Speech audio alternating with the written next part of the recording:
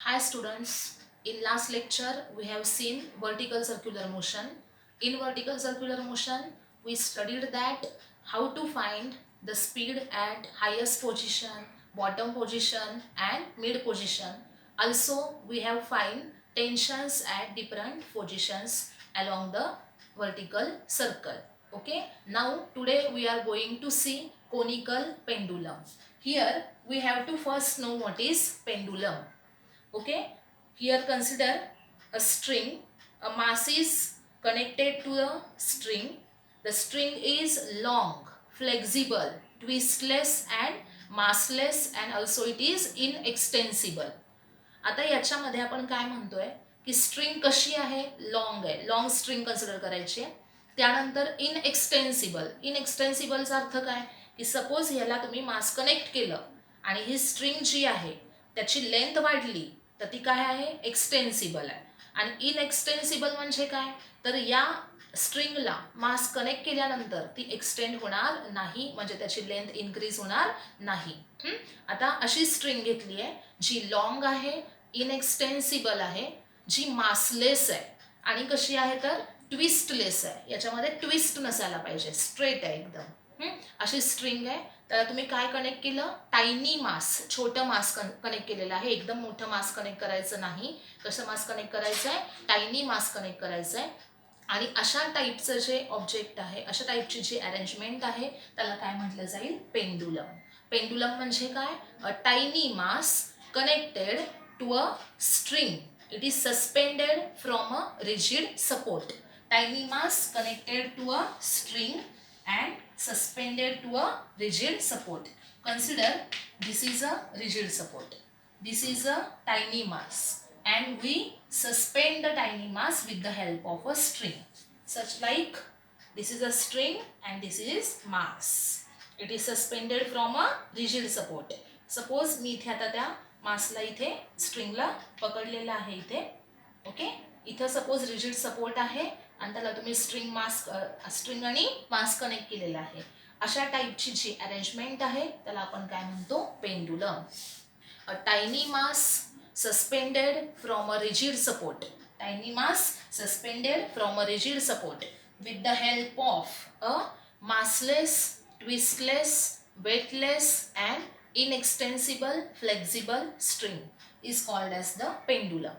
Then what is simple pendulum? What is simple pendulum?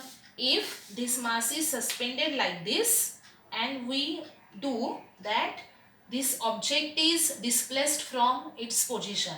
Suppose पहिल्यांदा अशी arrangement आहे, असा पेंडुलम आहे आणि तुम्ही काय केलं, ऑब्जेक्टला त्याच्या ओरिजिनल पोझिशन पासून असा डिस्प्लेस केला थोड्या अँगलमधून आणि त्याला रिलीज केला, तर त्याचं हे असं जे मोशन होणार आहे त्या मोशनला, त्या पेंडुलमला काय म्हणायचं, सिंपल पेंडुलम. म्हणजे काय, तो पेंडुलम आहे पण तो पेंडुलम कसा ऑसिलेट होतो, तर एका सिंगल व्हर्टिकल प्लेनमध्ये असा ऑसिलेट होणार आहे. ओके, हा पेंडुलम सपोज एका सिंगल व्हर्टिकल प्लेनमध्ये ऑसिलेट होत असेल तर त्या पेंडुलमला काय म्हणायचं आहे, सिंपल पेंडुलम. म्हणजे हा पेंडुलम आहे आणि तुम्ही त्याला ऑसिलेट केला आणि हा असा एकाच व्हर्टिकल प्लेनमध्ये व्हायब्रेट होतोय, तर ह्याला काय म्हणायचं आहे, simple pendulum. Okay, then what is conical pendulum? Conical pendulum म्हणजे काय मग, तर तो हाच पेंडुलम आहे, म्हणजे तो सिंपल पेंडुलमच आहे. फक्त चेंज काय, तर हा जो ऑब्जेक्ट आहे त्याला तुम्ही असं मोशन दिलंय. कसं मोशन आहे बघा, याचं असं सर्क्युलर मोशन आहे. म्हणजे असं मोशन दिलंय की ज्याच्यामुळं काय होत आहे, तर खाली असणारा ऑब्जेक्ट हा कोणत्या मोशनमध्ये आहे, हॉरिझॉन्टल सर्कलमध्ये फिरतोय आणि त्याची स्ट्रिंग जी आहे याच्याकडे तुम्ही कंटिन्युअसली बघितलं तर काय लक्षात येईल की वरची स्ट्रिंग जी आहे त्याच्यापासून एक प्रकारचा कोन तयार होतोय आणि खालचा ऑब्जेक्ट जो आहे तो कशामध्ये रिव्हॉल्व होतोय, तर हॉरिझॉन्टल सर्कलमध्ये. म्हणजेच काय, कोनिकल पेंडुलम म्हणजे काय, तर सिंपल पेंडुलमच आहे. Conical pendulum is a simple pendulum which is given such a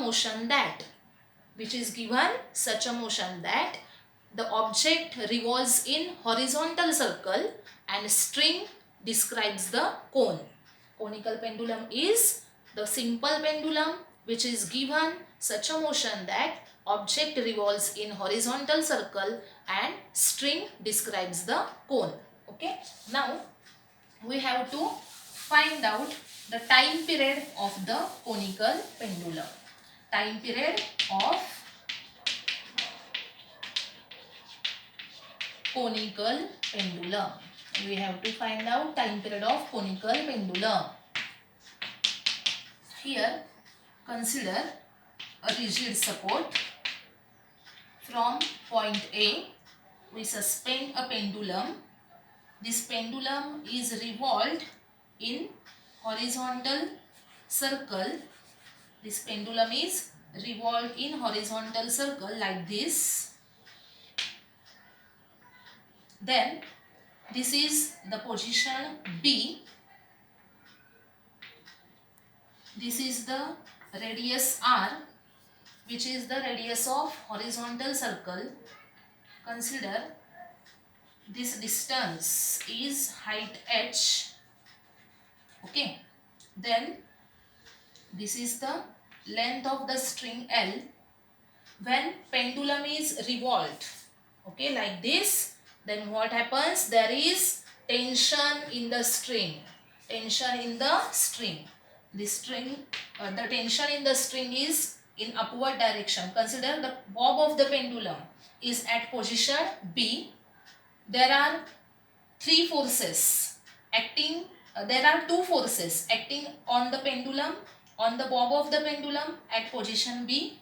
First is its weight mg.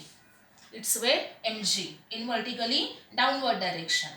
Tension T along the string in upward direction. Tension T कुठे असेल? स्ट्रिंग वर असेल ना, आणि कुठे असेल? अपवर्ड डायरेक्शन मध्ये. आता हा जो T आहे इथं बघा, हा अँगल आहे थीटा. थीटा अँगल म्हणजे काय असेल? Semi vertical angle of the cone. Suppose तुम्ही हे पण जॉईन केलं तर इथे काय तयार झाला? कोन तयार झाला. आणि त्या कोनचा हा हाफ अँगल झाला ना. हा टोटल अँगल आहे, त्याचा तुम्ही हाफ घेतला. हा व्हर्टिकल अँगल आहे आणि त्याचा हाफ घेताय, म्हणून त्याला काय म्हणायचं? Semi vertical angle of the कोन. आता हा अँगल थीटा आहे. आर म्हणजे काय? हॉरिझॉन्टल सर्कलची रेडियस आहे. या स्ट्रिंगची लेंथ एल आहे. बॉब कुठे आहे? आता पोझिशन बी ला आहे.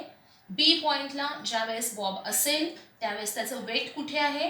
व्हर्टिकली डाऊनवर्ड डायरेक्शन मध्ये. ते किती आहे? mg. या स्ट्रिंग मध्ये काय असेल? टेन्शन असेल टी. टी नॉट म्हटलं तरी चालेल. टी नॉट हे टेन्शन आहे स्ट्रिंग मधलं. ते कुठे असेल? Along the string in upward direction. Suppose तुम्ही या टी नॉटला रिझॉल्व केलं दोन कॉम्पोनंट मध्ये, तर कोणते येतील बघा. इथे जर हा अँगल थीटा असेल तर इकडचा अँगल सुद्धा कोणता आला? थीटा. टी नॉट आहे हा कॉम्पोनंट, त्याचा कोणता आला? T naught cos theta. आणि इकडचा कॉम्पोनंट कोणता आला? T naught sine theta. T naught cos theta, T naught sine theta हे टी नॉटचे रेक्टँग्युलर कॉम्पोनंट्स आहेत, कारण त्यांच्यातला अँगल किती आहे? तर 90 डिग्री आहे. ओके, याला म्हणूयात सेंटर इथे सी. आता डायग्राम मध्ये सगळ्यांनी बघा, ए म्हणजे काय? रिजिड सपोर्ट आहे. त्यानंतर ए बी म्हणजे काय असेल? लेंथ ऑफ द स्ट्रिंग किंवा पेंडुलमची ती लेंथ आहे. त्यानंतर थीटा म्हणजे काय? Semi vertical angle of the cone. R काय आहे? Radius of the horizontal circle. H म्हणजे काय आहे? तर या सर्कलच्या सेंटरचं रिजिड सपोर्टचा जो पॉइंट ऑफ सस्पेन्शन आहे तिथून डिस्टन्स घेतलंय. हे एच घेतलंय. हे लेंथ असेल का? नाही. लेंथ कुठे आहे? इकडे लेंथ आहे. आणि ही काय? हाईट आहे. हाईट कोणची? एच. त्यानंतर सपोज आता कुठे आहे पेंडुलमचा बॉब? पोझिशन बी ला. त्याच्यावर ऍक्ट होणारे दोन फोर्सेस mg आणि टी नॉट. टी नॉटला दोन कॉम्पोनंट मध्ये रिझॉल्व केलं. टी नॉट कॉस थिटा आणि टी नॉट साइन थिटा. हा अँगल आहे थिटा. आता याच्यामध्ये T naught cos theta is equal to काय असेल बघा? mg. This is equation first. Total upward force equal to काय असेल? Total downward force. T naught cos theta equal to mg. आता हे जे इकडे फोर्स आहे T naught sine theta. T naught sine theta कुठे आहे बघा? Along the radius and towards the centre. Along the radius and towards the centre. इथे कोणता फोर्स असतं? Centripetal force. म्हणजे टी नॉट साइन थिटा हा जो कॉम्पोनंट आहे ते काय प्रोव्हाइड करेल? Centripetal force, which is equal to काय असेल? mr omega square. आपल्याला माहिती आहे की सेंट्रिपिटल फोर्सचा फॉर्म्युला कोणता आहे, mr². आता सपोज आपण इक्वेशन 2 डिवायडेड बाय इक्वेशन 1 केलं तर काय येईल बघा, sine theta upon cos theta is equal to, इकडे काय येईल, mm कॅन्सल झाला, r⍵² अपॉन g.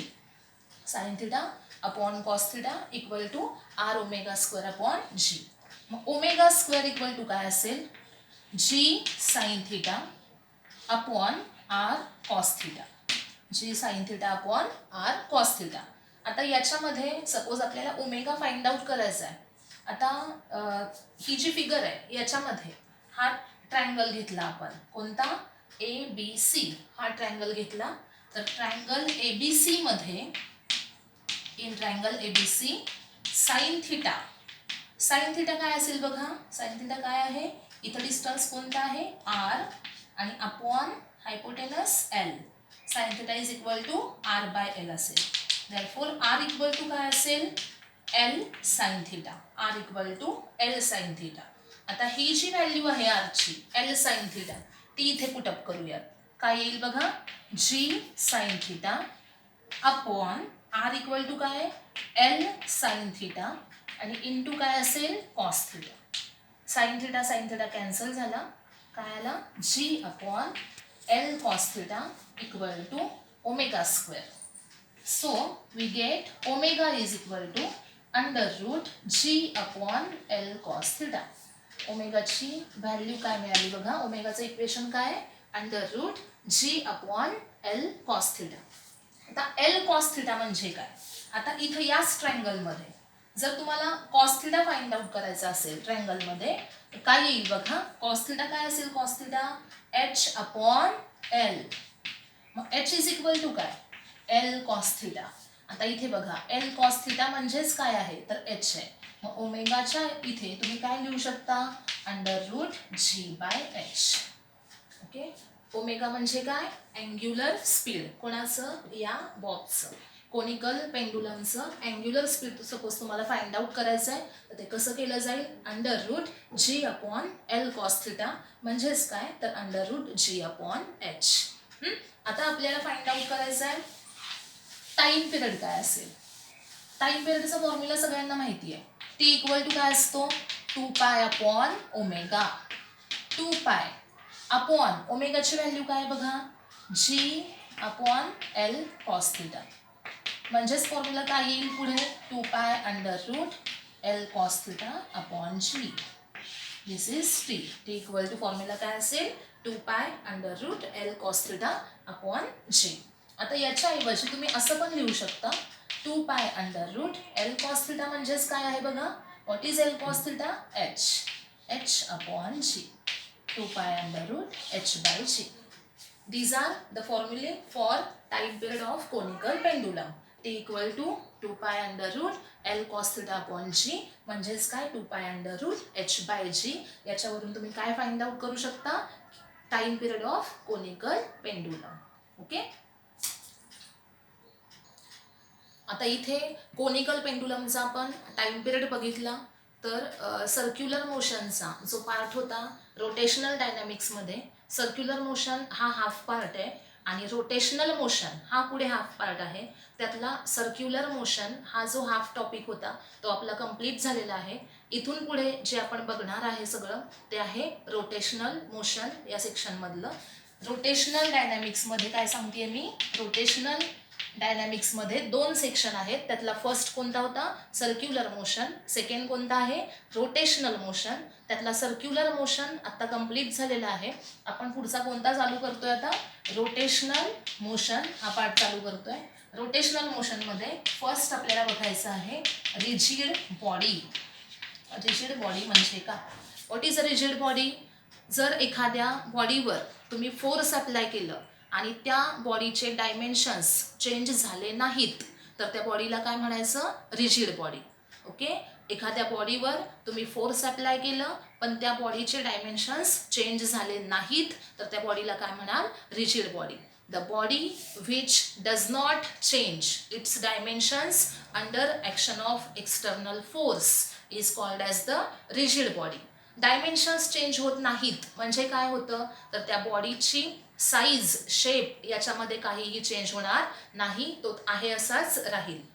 ओके. तर आता रिजिड बॉडी, नेचरमध्ये अशी कोणतीही बॉडी नाही आहे की जी परफेक्टली रिजिड आहे. There is no body in the nature which is perfectly rigid body. So for practical purpose we consider the metal rod as the perfectly rigid body. Practical पर्पजसाठी आपण metal रॉडला perfectly rigid body आहे असं assume करतो. नेचरमध्ये अशी naturally कोणतीही body present नाही. मग आपण कन्सिडर कुणाला केलं, तर मेटल रॉडला काय कन्सिडर केलं की ती कशी आहे, तर परफेक्टली रिजिड बॉडी आहे. सपोज आता रिजिड बॉडी आपण कन्सिडर करतोय, तर इथे मी एक स्टोन घेतलेला, चॉक घेतलाय. तो चॉक एका स्ट्रिंगला कनेक्ट केलेला आहे आणि तो चॉक आपण काय करूयात, रिवॉल्व करूयात. आता हा चॉक आपण असा सर्कलमध्ये रिवॉल्व केला तर काय होतंय सांगा, चॉक हा एका ॲक्सिस भोवती रिवॉल्व होतोय ना. चॉक हा काय होतोय, ॲक्सिस भोवती एका रिवॉल्व होतोय. तो ॲक्सिस कुठून पास होतोय, तर या सेंटरमधून असा पास होतोय. म्हणजे ज्यावेळेस एखादी बॉडी, रिजिड बॉडी ही रिवॉल्व केली जाते, रिवॉल्व केल्यावर काय होतं, तर ती एखाद्या ॲक्सिस भोवती काय होते, रिवॉल्व होते. सपोज ही बॉडी आपण कन्सिडर केली, याच्यामध्ये काय होईल बघा. सपोज मी ह्याला असं रोटेट करते. रोटेट केल्यावर काय होणार आहे, तर हा ऑब्जेक्ट ज्यावेळेस रोटेट होतोय त्यावेळेस ॲक्सिस कुठून पास होत असणार आहे, तर हा असा पास होत असणार आहे. बरोबर. ज्यावेळेस बॉडी रोटेट होईल त्यावेळेस ॲक्सिस कुठून पास झाला आहे, इथून सेंटरमधून पास झाला आहे. इथून असा ॲक्सिस पास झालेला असेल. म्हणजे ज्यावेळेस एखादी रिजिड बॉडी ही रोटेट होत असते त्यावेळेस ती एका लाईन भोवती रोटेट होते. बरोबर. आणि ती जी लाईन आहे त्याला आपण काय म्हणतो, तर axis of rotation. Axis of rotation म्हणजे काय, the line about which the body rotate in circle is called as the axis of rotation.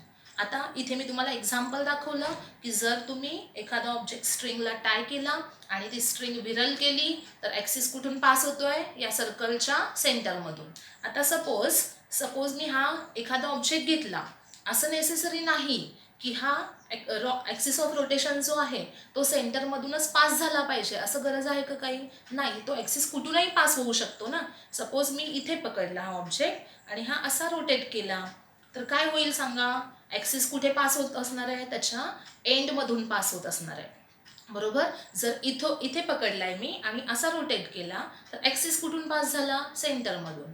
Suppose मी इथे पकडला तर ॲक्सिस या डिस्टन्समधून पास झालेला आहे. सपोज मी इथे पकडलेला आहे एंडला, तर ॲक्सिस कुठून पास झालाय, तर त्या ऑब्जेक्टच्या एंडमधून पास झालाय. म्हणजे ॲक्सिस ऑफ रोटेशन हा ऑलवेज सेंटरलाच असायला पाहिजे असं आहे का, नाही. ॲक्सिस ऑफ रोटेशन हा त्या ऑब्जेक्टमध्ये कुठेही असू शकतो. तो ॲक्सिस ऑफ रोटेशन त्या ऑब्जेक्टच्या इनसाईड असेल किंवा कुठे असेल, आउटसाईड असेल.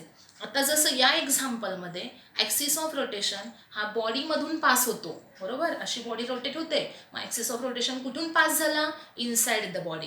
पण या स्टोनच्या एक्झाम्पलमध्ये स्टोन एका साईडला आहे, स्ट्रिंग इथं आहे आणि ह्याला ज्यावेळेस आपण रिवॉल्व केलं त्यावेळेस काय होतं बघा, ॲक्सिस कुठून पास होणार आहे, तर इथं सेंटरमधून सर्कलच्या. ऑब्जेक्ट तिकडे लांब राहिला, इथून ॲक्सिस पास होतोय, याचा अर्थ या ऑब्जेक्टच्या आउटसाईड आहे ॲक्सिस. म्हणजे असं नेसेसरी नाही की ॲक्सिस ऑफ रोटेशन हा बॉडीमध्येच पास झाला पाहिजे. तो आउटसाईड द बॉडी सुद्धा असू शकेल किंवा इनसाईड द बॉडी सुद्धा असू शकेल. ओके. इथे आपण काय बघितलं, what is a rigid body, आणि सेकंड काय बघितलं, what is axis of rotation. Rigid body म्हणजे काय, a body which does not change its dimensions under action of external force is called as the rigid body. What is axis of rotation? The line about which the body rotate is called as the axis of rotation. It may be outside or inside the body at any position. It may be at center or at any position. Then we have to see next point, the moment of inertia. Moment of inertia. Moment of inertia हा या topic मधला सगळ्यात महत्त्वाचा point आहे.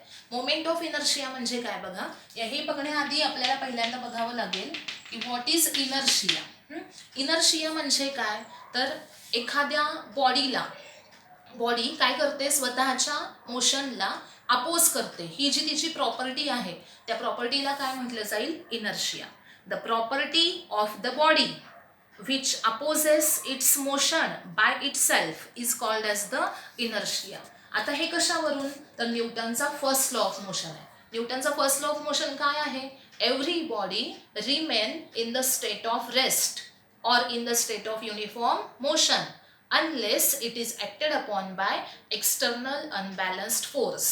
म्हणजे एखाद्या बॉडीवर जोपर्यंत तुम्ही फोर्स अप्लाय करत नाही तोपर्यंत ती कशामध्ये राहील, रेस्टमध्ये राहील किंवा युनिफॉर्म मोशनमध्ये राहील. बरोबर. सपोज इथे एखादा आपण ऑब्जेक्ट ठेवला आणि आपण समजा त्याला फोर्स लावून उचलला नाही तर तो आहे त्या जागीच राहणार आहे. म्हणजे त्या बॉडीनं स्वतःच्या मोशनला काय केलं, अपोज केला. मग ह्याला काय म्हणायचं, इनर्शिया. इनर्शिया म्हणजे काय, opposition offered by body to the motion of itself is called as the inertia. आता एखादा ऑब्जेक्ट हा किती इनर्शिया अप्लाय करेल त्याच्यामध्ये फर्स्ट आपण बघूया की लिनियर मोशनमध्ये काय होतं. लिनियर मोशनमध्ये सपोज एखादा ऑब्जेक्ट ठेवलेला आहे तुम्ही आणि तो ऑब्जेक्ट तुम्हाला ओढायचा आहे. त्याचं मोशन हे कसलं झालं, लिनियर मोशन. तुम्ही त्या ऑब्जेक्टला स्ट्रिंग कनेक्ट केली आणि त्या स्ट्रिंगच्या साह्याने तुम्ही त्या ऑब्जेक्टला पुल करताय. तर काय होईल बघा, तो ऑब्जेक्ट काय करतोय, मोशनला अपोज करतोय. मग काय होणार आहे, तर जेवढा मास त्याचं जास्त असेल तेवढं काय होणार आहे, तुम्हाला फोर्स जास्त लावावं लागेल. म्हणजे तुम्ही हेवी ऑब्जेक्ट ठेवला असेल तर तुम्हाला जास्त फोर्स अप्लाय करून त्याला मोशनमध्ये आणावं लागेल. बरोबर. पण समजा छोटंसं मास आहे, वेट कमी आहे, त्याचं मास कमी आहे, तर काय होईल, तर तो अपोज पण जास्त करू शकत नाही. प्रत्येक बॉडी ही स्वतःच्या मास एवढाच अपोज करेल. म्हणजे एखाद्या बॉडीचा इनर्शिया म्हणजे हे कशाचं मेजरमेंट आहे, त्या बॉडीच्या मासचं मेजरमेंट आहे. जसं आता सांगितलं, हेवी ऑब्जेक्ट आहे, हेवी ऑब्जेक्ट मूव्ह करण्यासाठी तुम्हाला लार्ज फोर्स अप्लाय करावा लागेल आणि लाईट ऑब्जेक्ट मूव्ह करायचा असेल तर तुम्हाला कमी फोर्स अप्लाय करावा लागेल. बरोबर. म्हणजेच काय, बॉडी अपोज किती करते, तर स्वतःच्या मास एवढा अपोज करते. ओके. सपोज 5 kgचं मास आहे, त्याला तुम्हाला फोर्स कमी लावावं लागतंय. पण त्याच जागी सपोज 50 kgचं मास आहे तर तुम्हाला जास्त फोर्स अप्लाय करावं लागेल. म्हणजे inertia in linear motion it is the measurement of mass. Inertia is measurement of mass. Inertia linear मोशनमध्ये कशाचं मेजरमेंट आहे, मासचं मेजरमेंट आहे. मास जेवढं जास्त तेवढा इनर्शिया जास्त असेल, मास जेवढं कमी असेल तेवढा इनर्शिया कमी असेल. त्यानंतर रोटेशनल मोशनमध्ये काय होतं, तर बॉडीनं स्वतःच्या रोटेशनल मोशनला केलेला अपोज म्हणजे काय असेल, rotational inertia. What is rotational inertia, the opposition offered by body to the rotational motion of itself is called as the rotational inertia. As opposition to the linear motion is called as the linear inertia, opposition to the rotational motion is called as the rotational inertia, and this rotational inertia is moment of inertia. This rotational inertia is moment of inertia. Okay. Here see what is moment of inertia, rotational inertia. moment of inertia म्हणजेच काय आहे, तर rotational inertia आहे. Inertia म्हणजे काय, बॉडीनं स्वतःच्या मोशनला केलेला oppose. मग रोटेशनल इनर्शिया म्हणजे काय, बॉडीनं स्वतःच्या रोटेशनल मोशनला केलेला अपोज म्हणजे काय असेल, रोटेशनल इनर्शिया. ओके. लिनियर मोशनमध्ये मास ही क्वांटिटी काय रिप्रेझेंट करते, इनर्शिया. त्याचप्रमाणे रोटेशनल मोशनमध्ये जो रोटेशनल इनर्शिया आहे ती रिप्रेझेंट करणारी क्वांटिटी जी आहे त्याला काय म्हणायचं, मोमेंट ऑफ इनर्शिया. समजलं का बघा. मोमेंट ऑफ इनर्शिया म्हणजे काय, तर the inertia in rotational motion, the physical quantity which represents the rotational inertia or inertia in rotational motion is called as the moment of inertia. And the physical quantity which represents inertia in linear motion is called as the linear inertia, and it is the mass. In linear motion, mass is the inertia, and in rotational motion, moment of inertia is the inertia. Okay, in next lecture we see the moment of inertia in detail.